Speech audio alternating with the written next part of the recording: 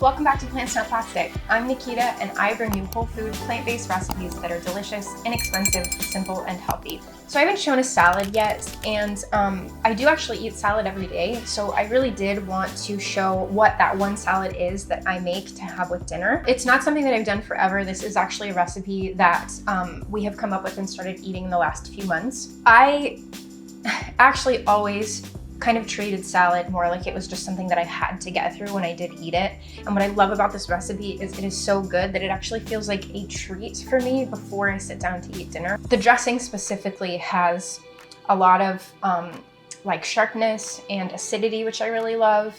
And then the mix of greens just go really well together. So if you're looking for a really good salad, something that you can eat day in and day out without getting tired of it, this is a great one. The dressing specifically is actually cheaper than if you bought something pre-made at the store, and it's very easy to make. And this recipe is also, as always, whole food, plant-based, vegan-friendly, and made without oil. I will cover some high-level stuff about the nutrition facts at the end of the video, but if you want all the details, you can go to my blog, PlantsNotPlastic.com, or I'll have a full nutrition label that links out to Chronometer specifically for the dressing. So for the salad, I do about 2 cups of chopped spinach, about 2 cups of chopped arugula, 1 cup of chopped kale. I do like to cut the kale a little bit finer because it's kale and it's raw, so it's a little bit of a rougher leaf. I normally use 1 leaf of red cabbage and shred it, but they didn't have any at the store, so I'm just gonna use green. And then I do about 3/4 cups of bell pepper. I like to do red, orange, and yellow because it makes it more colorful. And then about 1/4 cup of red onion, thinly sliced. And then around 1/3 cup of cherry tomatoes, quartered. And then last thing for the salad base is just a 1/2 cup of chickpeas. I only had about 1/4 cup left, so just pretend that there's more. That's it for the salad base. For the dressing, you are going to actually put everything into a small blender and blend it. You'll do about 1/4 cup of walnuts, a teaspoon of parsley, a tablespoon to 1.5 tablespoons of mustard, about 1.5 tablespoons of maple syrup, just over 1 tablespoon of vinegar, a tablespoon of lemon juice, and then a little bit of water, I would say like 1 to 2 tablespoons. And then you'll just blend it for about 30 seconds. I usually pause halfway in between and shake it before blending it for the last 15 seconds.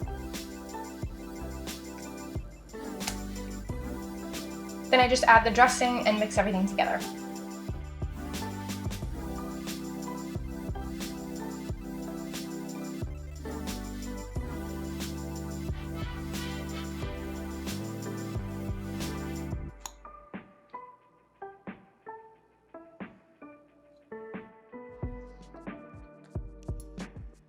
It's such a perfect mix of things. Like all the stuff that gets put into the salad is really good. And then the dressing just like totally ties it off. I really like tart dressings. And this one with the vinegar and the lemon juice is like super tart, but it also has that like awesome sweet flavor from the maple syrup. It's just really, really good. It's a really good balance. So in terms of cost, salad is salad, greens are greens, veggies are veggies. But I did want to do a cost comparison between a homemade salad dressing versus something that you would get pre-made at the store. And my recipe does actually come out cheaper even with using something like walnuts, which are actually kind of expensive. Either a tablespoon or 8 ounces, if you got an 8-ounce bottle of a dressing. Something that you get at the store, be it vegan or not, that's a honey mustard is going to be about 30 cents to 50 cents per tablespoon, or about $2.50 to $4 for an 8-ounce bottle.